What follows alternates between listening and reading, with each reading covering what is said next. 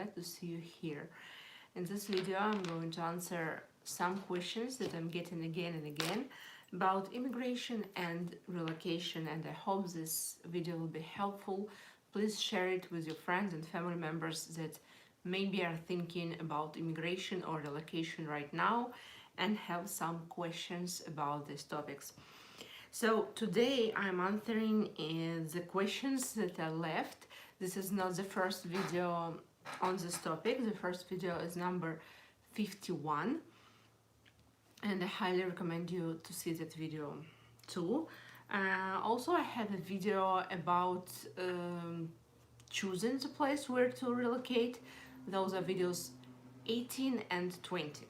And today I'm answering a few questions that are left from the big list I created based on your questions. So the first question is it a good idea to immigrate or relocate to big cities as New York, Toronto, or maybe I should search for something smaller? So this is a complicated question, and the answer to it is it depends on what is your profession and what can you afford financially at this point of your life, because I see lots of cases when people are moving to cities as New York or Toronto just because they don't know about other cities, or maybe they're relocating from countries where everything is focused on few big cities, and people have an impression from their previous experience, from their life in a country where they're coming from, that there is no work, there is no entertainment, there is no I don't know, normal medical care, and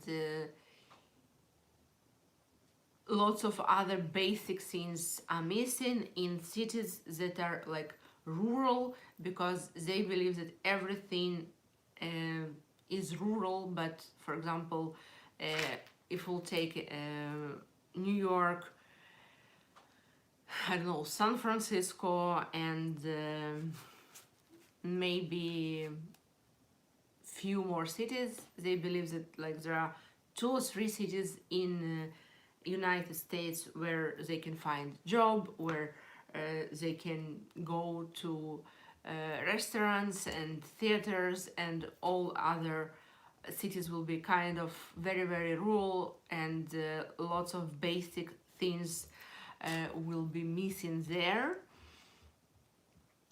And another reason is why people are moving to those cities, because they just don't know how to check, and they didn't check too much. They just have some vision of a new country where they probably never been before, and they have this vision from, I don't know, movies, TV shows, some YouTube channels, or some Facebook groups where they heard something about something, and they have an impression that this is good and that is bad, and this is what's leading them, and they are even not checking about other places. There are cases when you need to be very specific about place where you move. Those are cases when you have some professional interest, and you have a profession that is more popular in some specific areas and less common to find job on that field of interest in other areas. So if you have some specific professional interest, for example, you have a master's degree or a doctorate on, I don't know, biology, and you need to take part in some specific researches that you're interested in, so you're checking where are those researches going, and where can you apply your resume, and then you go where you were accepted to the work to take part in this specific research, for example. Or there are, for example, areas where there's a lot of engineers and less needed engineers. What kind of engineers? And there are like a lot of factors that you need to think about them. The same with software engineers, for example. In some areas there are offices of high-tech companies, in some areas there are no offices and no jobs for this area. And of course, if you don't have any specific profession, so you need to check only basic things, like if there is a high crime rate and high poverty rate and high unemployment rate. So based on those factors, you can understand that this is probably is not a best state or city to relocate to.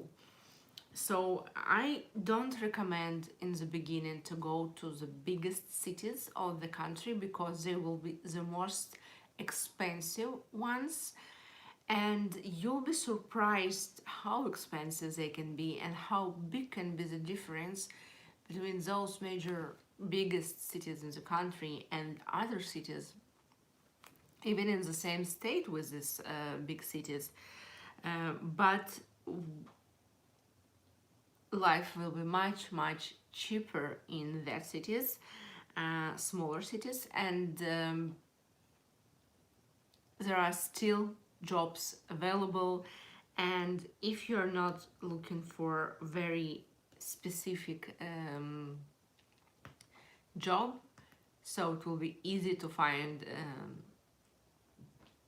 other employment options, not living in New York City, or not living in downtown San Francisco, or not living in Toronto or Toronto. Someone this is like, there are two ways to pronounce it, so it doesn't matter. But what I wanted to say, that don't think that only in few big cities there are job opportunities and there are good schools and there are restaurants and there are places to go. So what is most important is to check crime rate, to check poverty rate, and to check unemployment rate.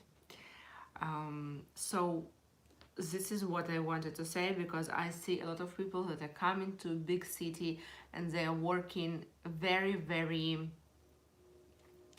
low income professions, and nothing is left. They're spending every dollar that they are earning, and that's a problem. And it's very surprising, because you can see a lot of for example, Canadians or Americans that are not living in downtown Toronto or downtown New York or in downtown San Francisco or Seattle or other big cities. And from another hand, immigrants that have less money, let's be honest, are renting those super pooper crazy expensive apartments, and they are working in some delivery jobs and in supermarkets, and they are everything they are getting from those jobs they are paying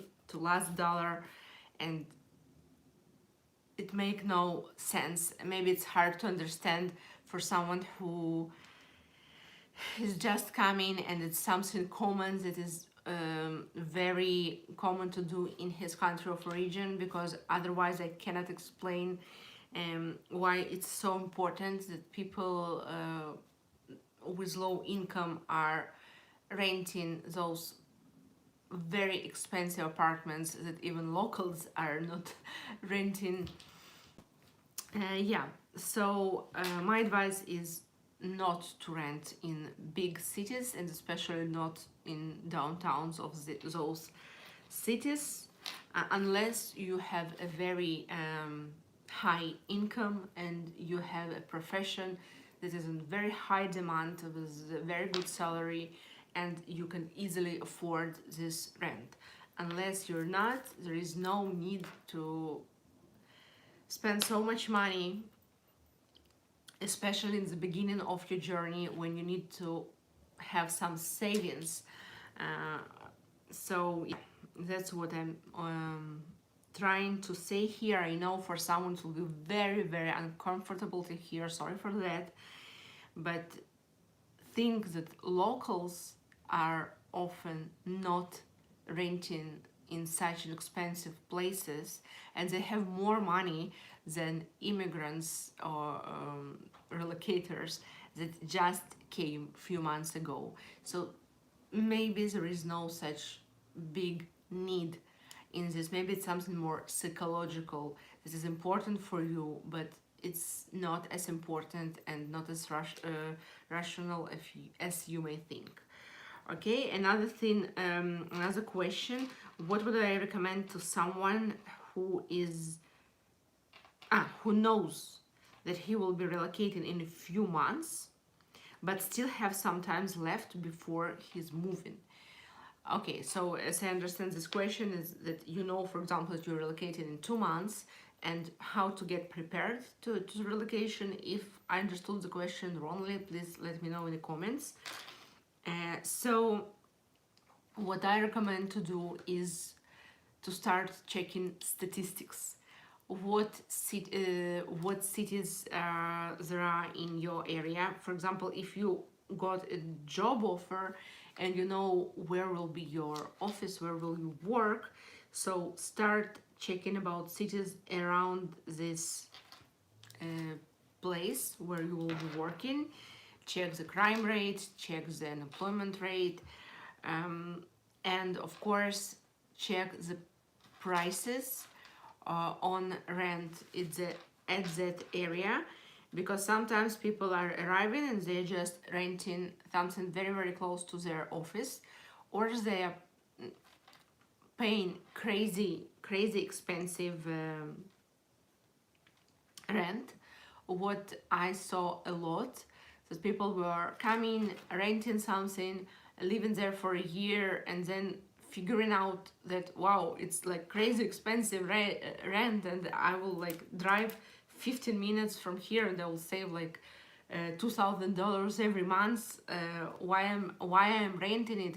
I'm even not an owner of this. And they are moving to another town that is like not far from work, but they pay like half of what they paid in the first year because they decided to rent in some luxury apartment building in front of their office, something like that. And of course, when you're renting, you're just spending those money. This is not your property, and it's better to save every month more and more money, so you will have your first payment for the mortgage in future. So this is the first thing I would check. The second thing, if my level of the language that I will need in a new place is not as good as I need, at least for the beginning, I would take some courses or classes or one-on-one lessons with a teacher. So, of course, if you're relocating inside the United States or in Canada from one city to another city, for example, that's not a problem. It's not something you need to think about. But people that are relocating from other countries and English is not their first language, so maybe it's a good idea to dedicate some time to private lessons and a little bit to improve your English, just to be more confident in a new country when you arrive. So yeah, if there is a need, like, we never can learn language completely, we always can improve and improve, but still, if you have time and you have an opportunity to improve your English, so why not to do that? What else I would do? I would check about I will learn like basic information about the grocery stores. What is the difference between them? What is the how is credit cards, how do they work, what is the difference between my country and the new country. I would check how to search for rent, like what website and what are the prices, and I will play with it to understand like what are the prices, what is very expensive for this area, and what is good neighborhoods, bad neighborhoods, things like that. Because sometimes people arrive and they like renting, for example, I don't know, a hotel for a week or for 10 days, and they arrive and they are starting to search very fast what is the difference between cities, what are the cities with high crime rate, low crime rate, like, and it you can do it on the last moment or even when you arrive. But why to do it when you arrive if you can learn this information and read this information and make some research and check some statistics before you arrive. So when you arrive and you did all those things, you feel more confident. You know that you need to check those cities. You know what are the average prices for rent. You know where to buy groceries. You know where to buy your first cheap furniture for rent. And you feel more calm and confident. It really helps. And also it helps you to save money, because it helps you to avoid very expensive expenses when you arrive. Because sometimes I saw it, and because I'm working with immigrants, that people arrive to a new place, they have some supermarket in front of them, in front of their apartment where they rented. They just go there and they buy there everything they can find for their home. I mean, not only groceries, but if they can find some cups and some I don't know, knives and some basic things for their kitchen, and all cleaning supplies and shampoos and everything.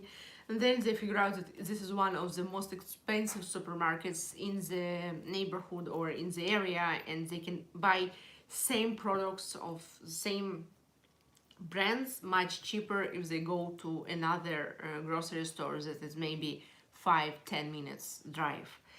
Yeah, so this is what I wanted to answer. And should I move to a place where I have people that I know and that can help me a little bit? Okay, so to move to a place where you know someone, it feels much more confident, much more secure. You feel that you're like kind of not alone and someone will help you. But in reality, in lots of cases, what I saw is that people in their imagination, they think that someone will be helping them like 24/7, going with them to all appointments, helping them with all documents, helping them to find where to rent an apartment, helping them with everything and everywhere. And also some people arrive with hopes that maybe they can stay at someone's house for a month or two.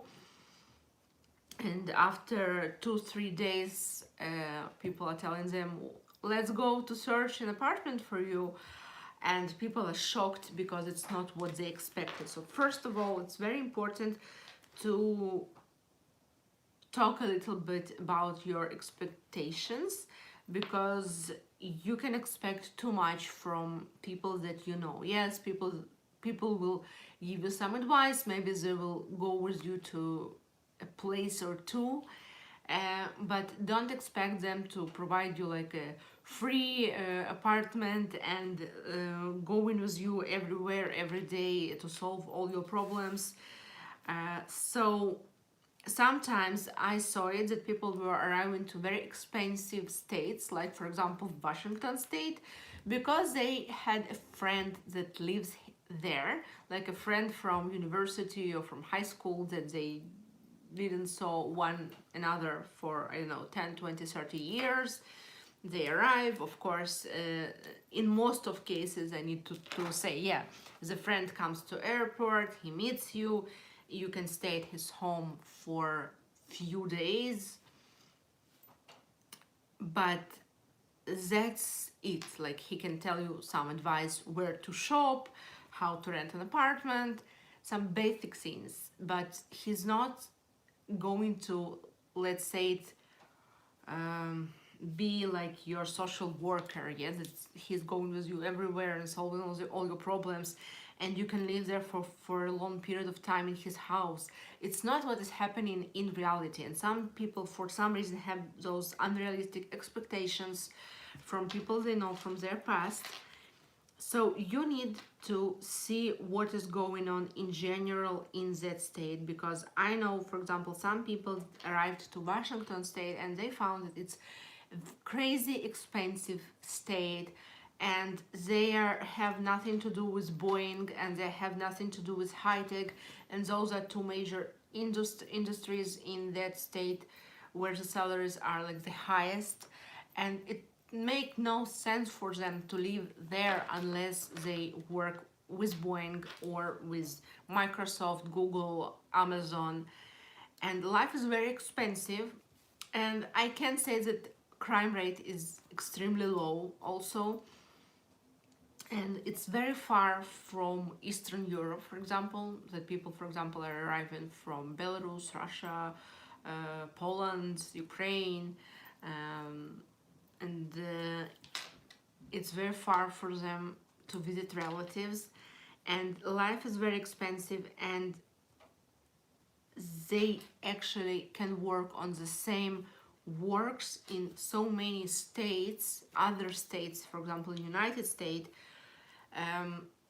and the living will be much cheaper, and they can afford much more for themselves, for their family. For example, at least they can rent an apartment or a house much cheaper that they are renting in Washington state, and they moved there for only one reason. They even didn't check about other states. They moved there because there is someone that they know from their past, and yes, this someone met them in an airport and gives them few weeks to live in his house for free, but in the long run it's a very expensive choice, and they didn't save any money because they are paying a very expensive rent in a very expensive state. And this rent is so expensive because people of certain professions are arriving to that state because this is where they have to work. So I don't recommend choosing a state or a province only based on the fact that I have a friend that lives there. You need to check if your profession is in demand, how expensive is the rent, and be careful, because sometimes we can arrive to a place that the only thing we can do is to move from there to another place because it's not working and people didn't check even the simplest and basic things before they moved there. So no, don't let this factor of having a friend or family member living somewhere to confuse you and to take your attention from really important things you need to check to automatically going to live there because maybe it's not a good match for you. Last but not least, I've been asked a few times, in what country would you live if there would be no problem with bureaucracy, like you can choose every country, what would you choose? Look, I think that this question comes from a place that people sometimes, I see same question in lots of Facebook groups also. People are asking complete strangers, what is the best country, what is the best state, what is the best city, and they are getting some answers that are not informative because you don't know those people, you don't know what are their priorities, what are they looking for, what are their deal breakers, why they choose this or another state or city in a state. So be very careful with this question. I'll tell that maybe if I would receive a citizenship straight away, like today, maybe I would like to try to live in United Kingdom at least for a while. As a tourist, I enjoy being there, and if theoretically money and bureaucracy and documents are not a problem and they can just move somewhere without any problem and without any expenses and without any document issues, maybe I'll try to move there at least for a while. But of course it's more like a funny question than functional one, but I decided to add it here because I see that not only I am asked this question, I see a lot of questions like this in groups, and those questions are coming from lack of awareness of your own needs, and people are asking those questions, they're asking strangers because they don't want to think what are my priorities, what is important for me, and they're trying just to hear some names that people throw here and there and have some impression based on actually nothing, because you don't know why this is good or bad for someone. So what I recommend you to think about your priorities, why and where do you want to live. And for this matter I have videos 18 and 20. Those are two videos that are talking about priorities and how to choose where to move.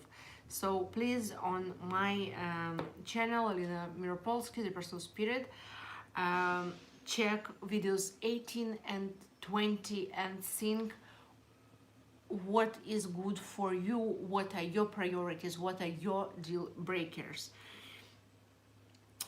What else I want to say? I also want to mention that I have also video number 43. This is a video about rent. So if you are moving somewhere in United States or Canada, most of my videos are about United States, but they pretty well work also for Canada. So check video number 43. That is about renting an apartment, basic information that will help you to understand better the process, how to rent an apartment if you're renting for the first time, or if you're immigrant or relocating from country to country. About questions and answers, I also have video 51 that I recommend you to see with questions and answers about immigration, and a little older videos they have about same topic. It's video 31. So 51 and 31. That's pretty all for today. If you saw all those videos and you still have questions about immigration and relocation, please write me a comment and I will make another part 4, with questions about relocation and immigration. So I wish you luck. Have a good day. Please subscribe to my channel if you're not subscribed yet. Ring the bell button and let's be in touch. Have a good day. Bye bye.